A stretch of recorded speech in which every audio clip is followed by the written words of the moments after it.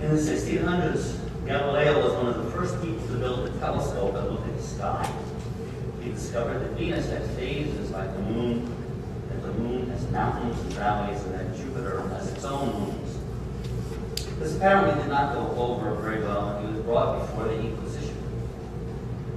There is a famous account of the professors of Aristotelian philosophy who refused to look through the telescope. This has become emblematic of how entrenched beliefs can become to society and its hierarchies, how resistant to change people can be when new knowledge comes along, and how old beliefs can impair progress.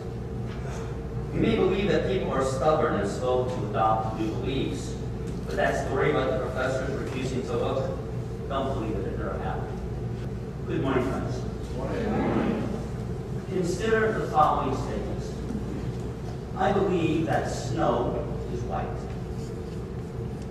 I believe that if I drive over the Golden Gate Bridge, it will support the weight of my vehicle and myself, and I will not plunge into the San Francisco Bay. I believe that my wife and children love me, mostly.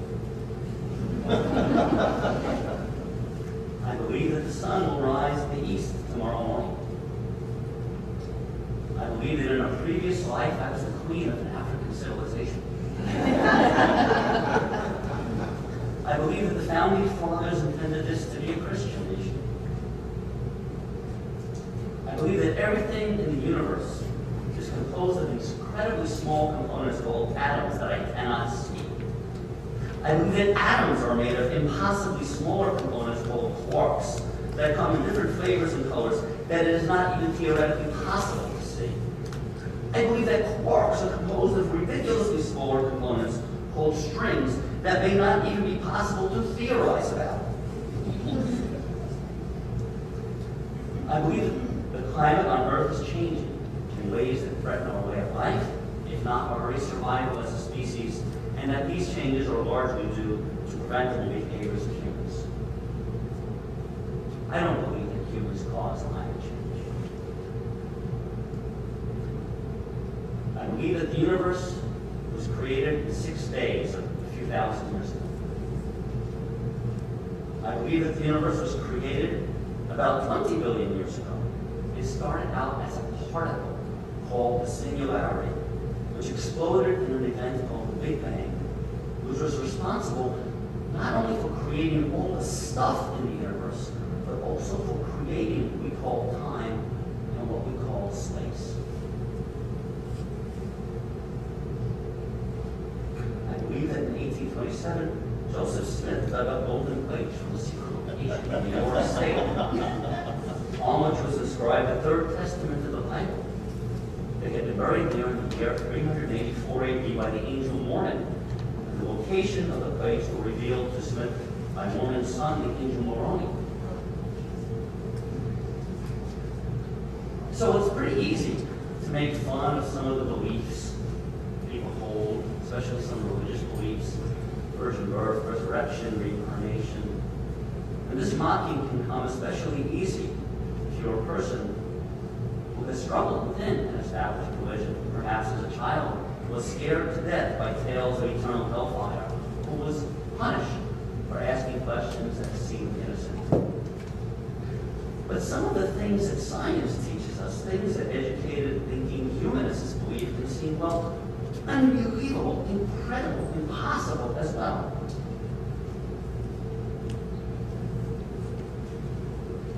So what is the source of our beliefs? Where do we get them? When does something we believe become something we know? What sustains our beliefs? What happens when we stop believing? And what things are worth believing and why? So let's consider some religious beliefs.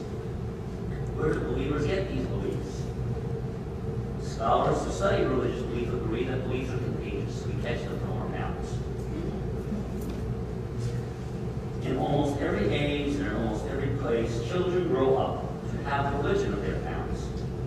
These beliefs are further maintained and enforced by social structures such as churches, mosques, and temples. The beliefs are consolidated into individuals' very identity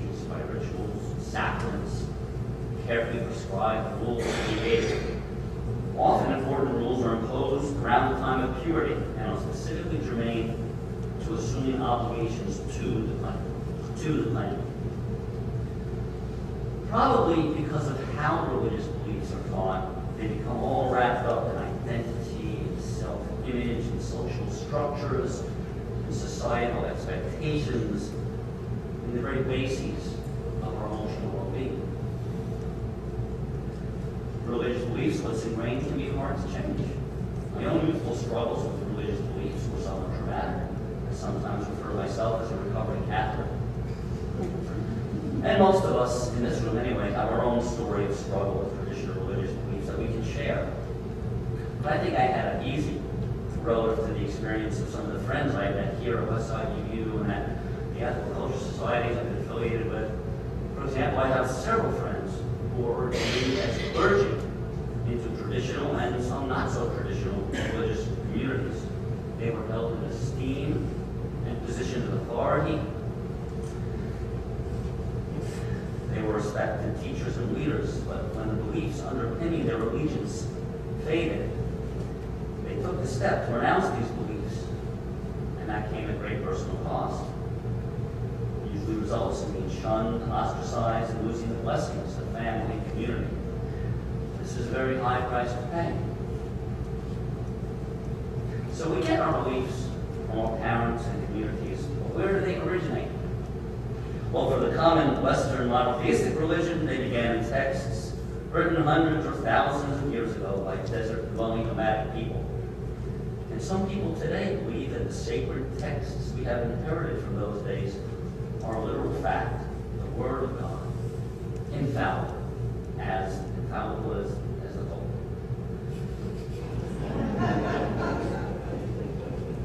Some traditions permit contemporary interpretations of the sacred texts and rules. Conservative, even Reformed Jews may consider themselves observant believers, but their behavior is considered highly unorthodox by the Orthodox. It's difficult to find the Catholic Mass performed in Latin these days, at least in the U.S., but when I was growing up, that was the rule. It's also getting harder to find a Catholic who will remain in a failed marriage, although just a generation or two ago, divorce to a Catholic meant excommunication, damnation, and hell's fire. So it seems that the rules can be changed, and not just by a voice from a burning bush, but by officials of the organized religion in response to societal realities. Some beliefs seem to be self-evident, that snow is white, that fish swim in the sea. Common sense view is that this is knowledge, not belief. I know that snow's white. But we all have met people who will say that they know that Jesus answers their prayers, He is their personal salvation, and that He will welcome them with love on Judgment Day. How do we figure out what's the difference between these different sorts of biblical knowledge? There's a long and deep tradition of philosophy concerning the relationship between belief and knowledge. It's called epistemology. Now, when I try to read technical philosophy, I get all confused and I get a headache. But, for example, some philosophers have said that knowledge is a true, justified belief. So truth and justification are the hurdles our belief must jump over if that belief aspires to become knowledge. So do we know that the sun will rise in the east tomorrow? Well, we won't really know that this is true until tomorrow. So maybe knowledge can only exist in hindsight. Maybe I can only know that it rose yesterday. I think it's safe to say that our belief that the sun will rise tomorrow is justified. I mean, not only has it always risen in the east every day throughout recorded history, but we have a deep understanding of planetary physics that provides a detailed and precise framework of knowledge about the sun. This knowledge permits us to predict to the millisecond exactly when and where on the horizon the sun will rise tomorrow. So maybe beliefs that reliably permit us to predict the future are the things worth believing. So this brings me now explicitly to a discussion of the type of belief that I happen to know a lot about because of my profession, and that is scientific belief, or dare I say it, scientific knowledge. Why do we believe some of the crazy things that science tells us, such as atoms and DNA and the Big Bang? Well, because this knowledge was obtained through a very demanding and reliable process called the scientific method. This method of checking the truth of propositions was invented in stages over hundreds of years, starting in the 1600s with Francis Bacon and Rene Descartes, and early geniuses such as Galileo, Copernicus, Newton, also biologists like Pasteur, and physicists like Einstein. Nowadays, it really doesn't take a genius long to go to school and get trained in the scientific method. So, how does the scientific method work? It always starts with an observation of the natural world. And then scientists think of questions to understand the observation. So, for example, wine left in contact with the air turns to vinegar. How? Why? That's what work on this. You have an idea for an explanation. That idea is called a hypothesis. So, here's a hypothesis about spoiling wine.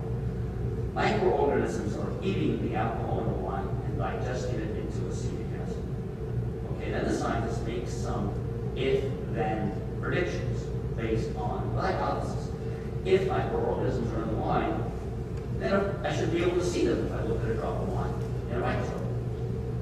If microorganisms are responsible for turning the wine to vinegar, then if I boil the wine and kill all the microbes, carefully prevent others from getting into the bottle of the air, then the wine shouldn't spoil. So these tests of the prediction, looking at a drop of wine under the microscope, boiling the wine, these are the experiments that scientists perform. And if many of the predictions turn out to be correct, then confidence in the hypothesis increases. If many different observations about the world are well explained by a simple unifying idea, then that idea is no longer called a hypothesis. It's called a theory with a capital T. The germ theory of infectious disease and spoiling wine. Newton's theory of universal gravitation. The atomic theory. The Big Bang theory. Darwin's theory of evolution by natural selection. Calling something a theory doesn't mean that we are unsure about it. On the contrary, calling something a theory means that we are just about as confident in it as is humanly and scientifically possible. It is no longer a hypothesis. It is no longer a hypothetical. It is as close to the truth as can be. It has withstood the slings and arrows of the skeptics. It has withstood many experimental tests. A capital T theory is like a magic crystal ball. It can accurately predict the future. Everyday working scientists may deal with very little observations. For example, I made an observation once that I wanted to understand. I had some tumor cells growing in a petri dish, and I treated them with a hormone. Within a minute or two, a protein on the inside of the cell seemed to change such that it increased in size by about 5%. I spent a year trying to understand just what it was that was happening to that protein after I put the hormone on the cells. At first, I thought that sugar molecules had been attached to it. Well, that was wrong, and I knew it was wrong because I did experiments to test the idea and prove it wasn't happening.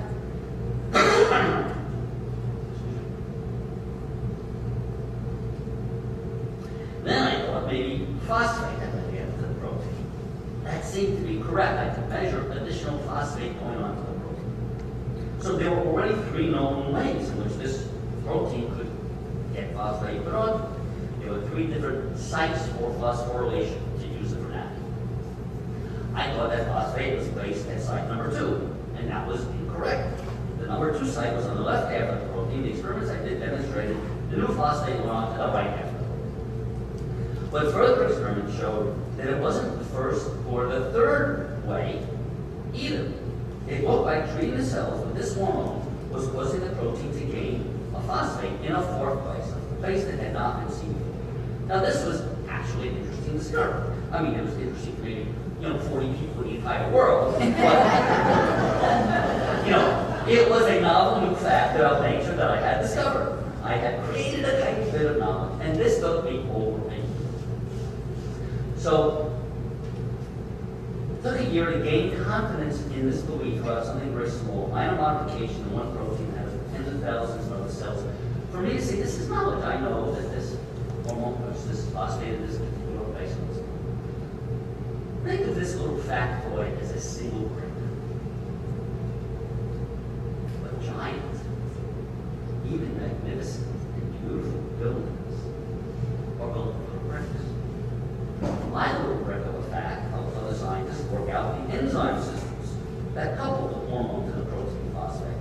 This enzyme system turns out to be involved in signaling between lots of other interesting hormones and lots of other interesting proteins. There are now drugs that inhibit these enzymes that are used in people as cancer therapies. There are enormous edifices of evidence, grand monuments of data in support of the atomic theory. Thousands and thousands of bricks now built. So many that we can state it is simply a fact. Atoms exist. Everything is made out of them.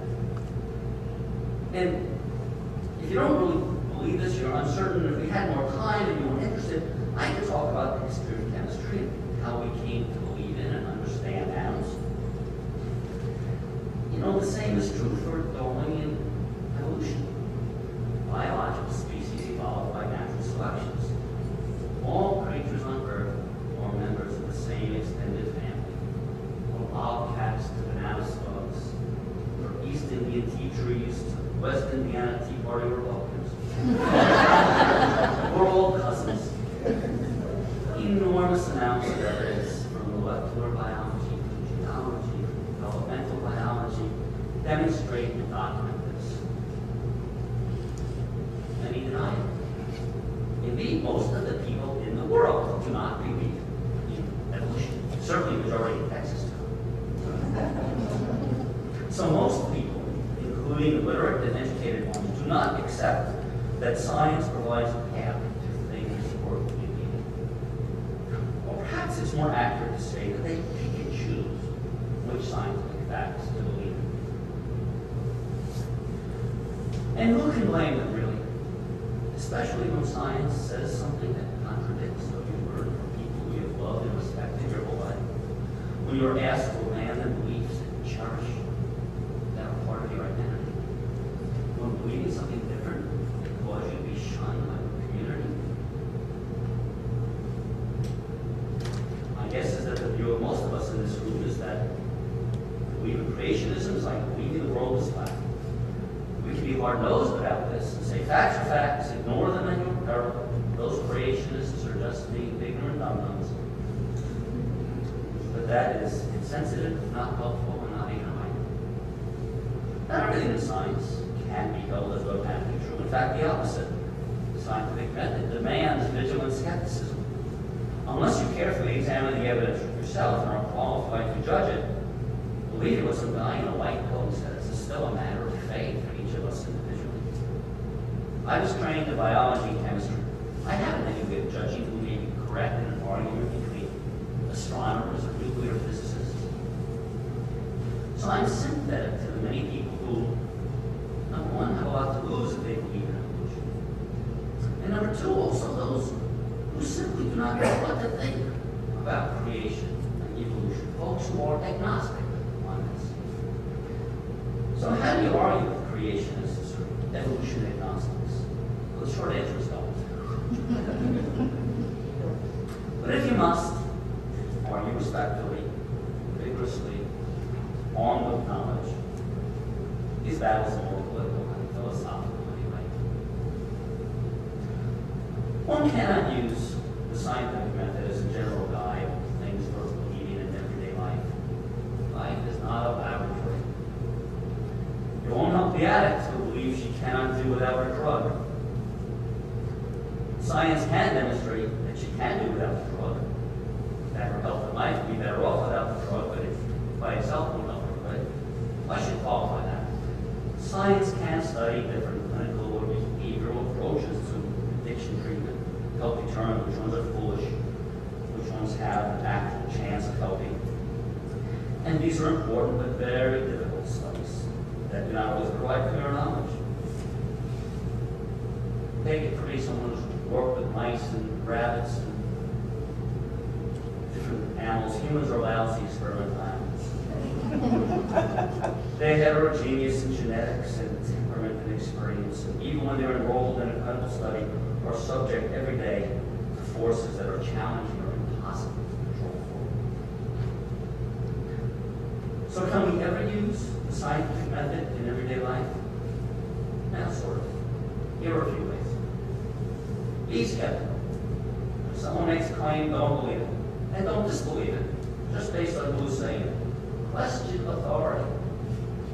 I had a cousin who was an evangelical Christian. I was very fond of him. He passed away a few years ago. I remember once he told me about hearing something from Pat Robertson on TV. I don't remember just what it was.